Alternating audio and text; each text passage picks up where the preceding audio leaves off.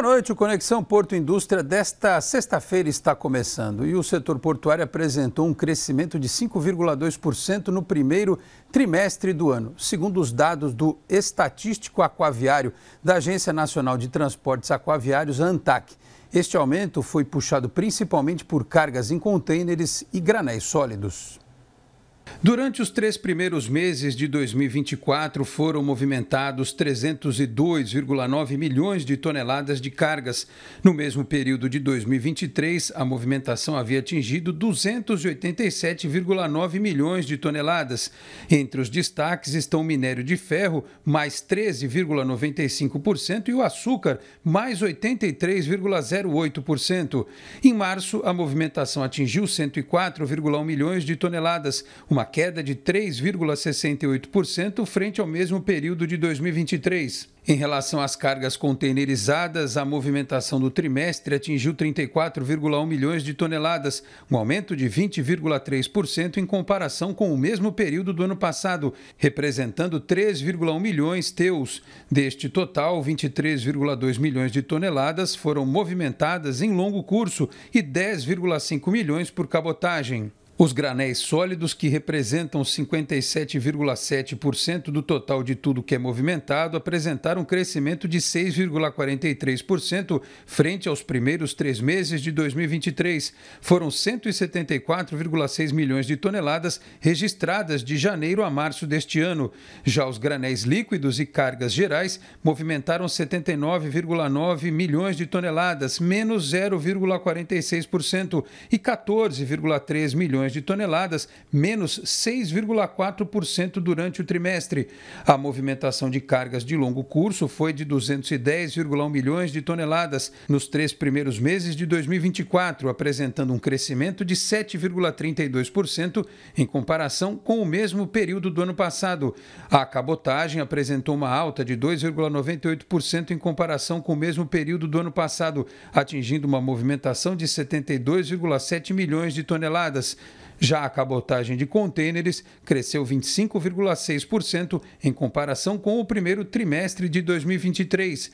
As operações de carga de apoio portuário e marítimo apresentaram um crescimento de 9,74% no trimestre, totalizando 0,4 milhão de toneladas movimentadas, enquanto a navegação interior decresceu 7,47% nos 3 primeiros meses do ano, atingindo uma movimentação de 19,2 milhões de toneladas.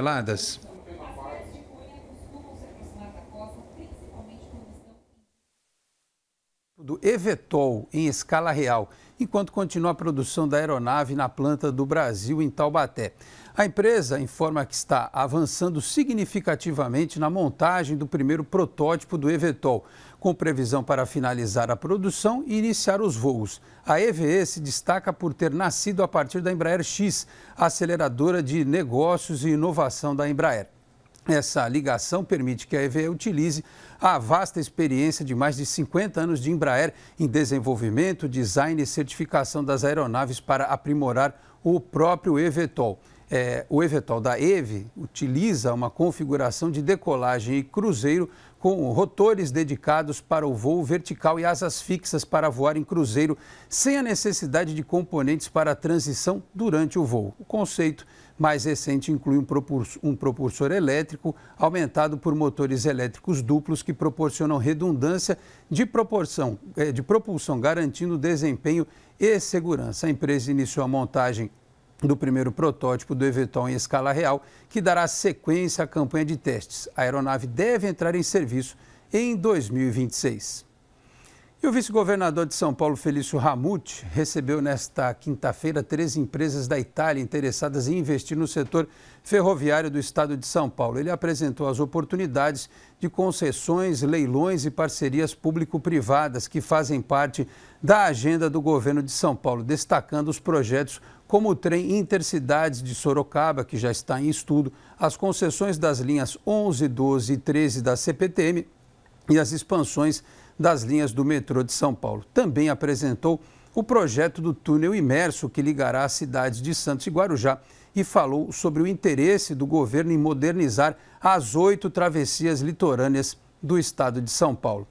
Olha, sobre esse assunto é importante que a gente diga o seguinte: nós estamos acompanhando aqui no Conexão Porto Indústria todos os desdobramentos dessa obra que é extremamente importante para a Baixada Santista e para o Brasil, que é o túnel Santos-Guarujá, ligação seca, que vai permitir a questão da mobilidade urbana sendo muito mais potencializada e até para o tráfego das cargas que circulam pelo Porto de Santos, pelas margens, né, de Santos e de Guarujá. Quando a gente fala de mobilidade, por exemplo, não é incomum vermos aqui na Baixada Santista as pessoas sofrendo por conta das filas, tanto do lado de Santos, mas principalmente do lado de Guarujá.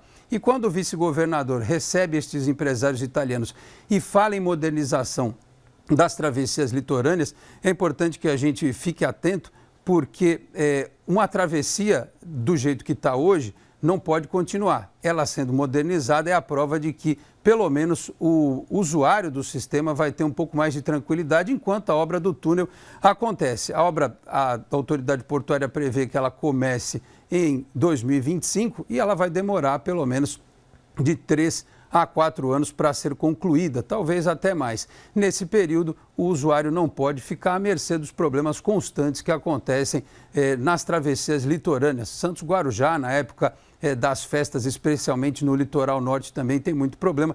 Então, é uma ótima iniciativa realmente esta de buscar a modernização do sistema. Não é porque vai ter o túnel que é possível que as pessoas continuem sofrendo com as travessias litorâneas do jeito que elas estão hoje em dia. E desta forma fechamos a edição desta sexta-feira do Conexão Porto Indústria. O programa volta na segunda-feira a partir das 7h30 da noite. Muito obrigado a todos pela audiência, um grande abraço, um bom fim de semana e até lá. Tchau, pessoal.